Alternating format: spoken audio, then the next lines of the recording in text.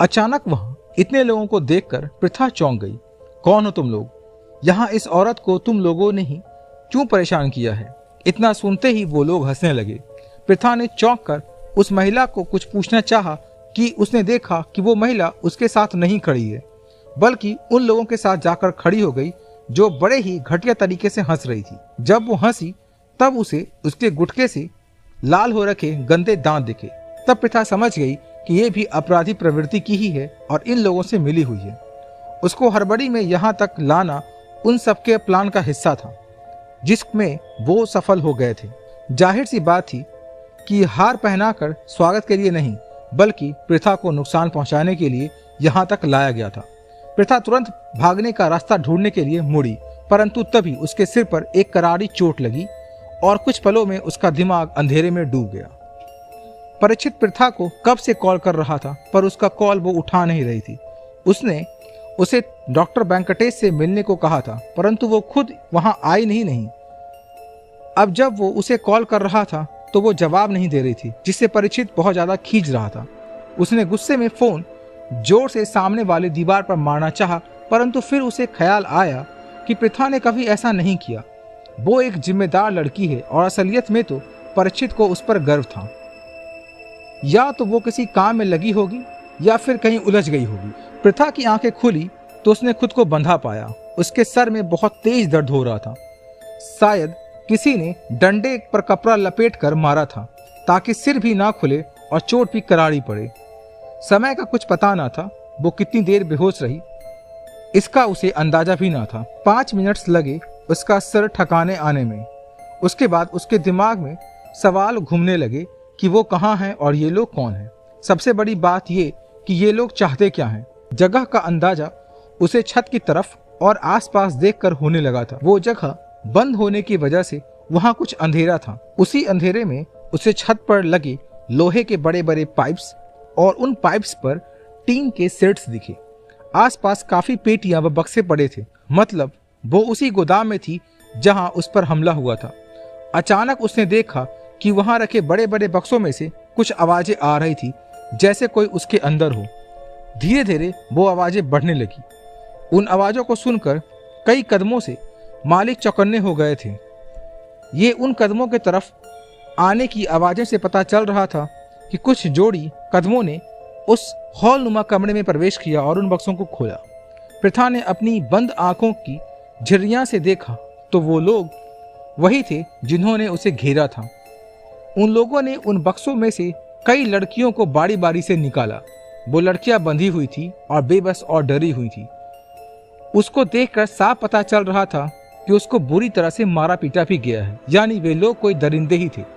प्रथा क्रोध से और छूटने के लिए कसमसाई, परंतु बंधन इतने मजबूत व कसे हुए थे कि हिले भी नहीं। उसको याद आया कि रिपोर्टिंग के काम में रिस्क होने के कारण वो अपने जूतों में एक छोटा सा चाकू छुपाकर रखती है, परंतु जब उसने गौर किया तो पाया कि उसके जूते भी नदारत थे, यानी ये लोग जो भी थे काफी मंझे हुए और पुराने आदतन अपराधी थे। यानी कुल मिलाकर प्रथा बहुत बड़े खतरे में थी। वो काफी कसमसाई, परंतु बंधन न खुले। अब वो बेबस पड़ी किसी चमत्कार के होने का इंतजार करने लगी। परीक्षित परेशान हो रहा था। प्रथा का कोई जवाब नहीं मिल रहा था। उसने कभी भी इस तरह नहीं किया था। अब परीक्षित को प्रथा की फिक्र होने लगी थी। उसने तुरंत एक जीपीएस ट्रैकर अपनी गाड़ी में से निकाला। ये प्रथा भी नहीं जानती थी कि परीक्षित ने उसकी सुरक्षा के लिए न सिर्फ उसका फोन ट्रैक किया हुआ था, बल्कि किसी आपात स्थिति से बचने के लिए उसने प्रथा के बेल्ट की बक्कल में भी एक छोटा सा ट्रांसमीटर लगाया हुआ था, जिसका सीधा संबंध परीक्षित की हाथ में थमे उस यंत्र से था। जल्द ही परीक्षित को लोकेशन मिल ही गई, जो शहर से बाहर बसी झुग्गी बस्ती के पास की थी। परीक्षित बिना किसी देरी के तुरंत वहां के लिए तेजी से रवाना हो गया। उधर उस गोदाम में प्रथा स्थिति को समझने की कोशिश कर रही थी। वहां उन बक्सों में से कम 15 लड़कियां निकाली गईं। उन सब की हालत खास्ता थी। उनमें से कईयों को तो बहुत बुरी तरह से पीटा गया था। कई वहां 18 से भी कम उम्र की लड़कियां थीं।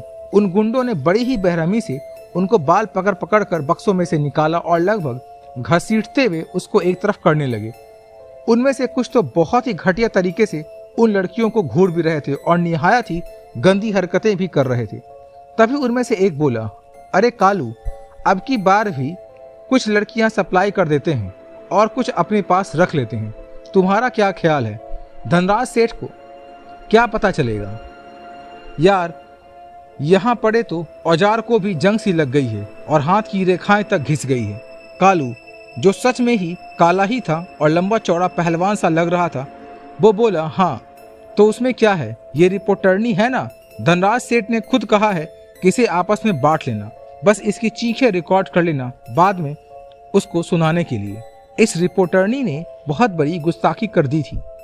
अब हम सब मिलकर इसके साथ गुस्ताखी करेंगे। एक और आदमी जो कालू का शायद चमचा ही था, वह बोला, पर उस्ताद ये तो कब से बेहोश है, मैंने इतनी जोर से डंडा नहीं मारा था।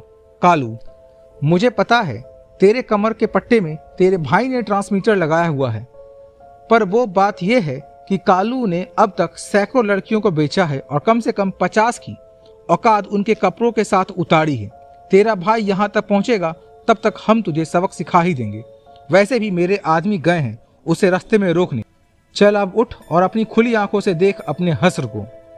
फिर अपने एक आदमी की तरफ मुड़ते हुए, अवे सूड़ी, चल खोल इसके बंधन, बाकी हम सब इत्मीनान से खोलेंगे। ऐसा कहकर कालू बहुत ही गंदी तरीके से हंसने लगा और प्रथा ये सुनकर कांप उठी थी। मतलब उसे सब पता था और वो बुरी तरह से बिना डरे तैयार था। अब उसके होने वाले अंजाम से वो बुरी तरह घबरा गई थी और उसकी रुलाई छूट पड़ी थी। वो हैवान अब अपनी मनमानी करने वाले थे और वो सिवाय रोने और चीखने के कुछ नहीं कर पाएगी। इतने में कालू के आदमी ने प्रथा के बंधन खोले और प्रथा ने अपना घुटना उस आदमी के कमजोर वाली जगह पर धर दिया। वो आदमी दर्द से दोहरा हो गया और नीचे गिर गया। कालू को ये देख गुस्सा आ गया। उसने प्रथा के बाल पकड़े और उन्हें झटके से खींचा। दर्द से प्रथा के मुंह से चीख और आंखों से आंसू निकल पड़े। साली, अपने आप को क्या समझती है? तेरे जैसे 36 की अकल ठिकाने लगा चुका हूँ। आज भगवान भी तुझे मुझसे नहीं बचा सकते। हाँ, अगर तू विरोध कम करेगी तो तुझे तकलीफ कम होगी। प्रथा की आंखों में आंसू और चेहरे पर घृणा के भाव थे। उसने ढेर सारा थूक कालू के चेहरे पर उगल दिया।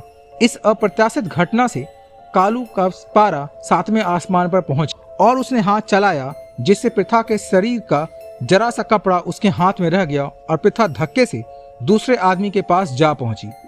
उस आदमी ने भी हाथ मारा और उसके नाखून ने प्रथा के कंधे की चमड़ी के साथ थोड़ी सी ड्रेस भी फाड़ दी। प्रथा दर्द से सिसक उठी। उसकी आंखों में आंसू थे।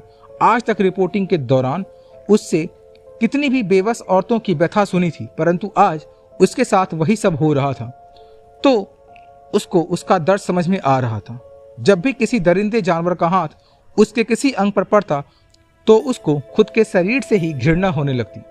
तभी कालू का एक आदमी जो इस खेल से उकता गया था या शायद बेसब्र हो गया था, वो बोला, उस्ताद अब हमें इसे सौंप दो। काफी दिन हो गए हैं ठीक से मजे नहीं किए। पिछली बार वाली लड़की तो सूखी सड़ी सी निकली, आधे में ही उसकी आंतें बाहर आ गई थी।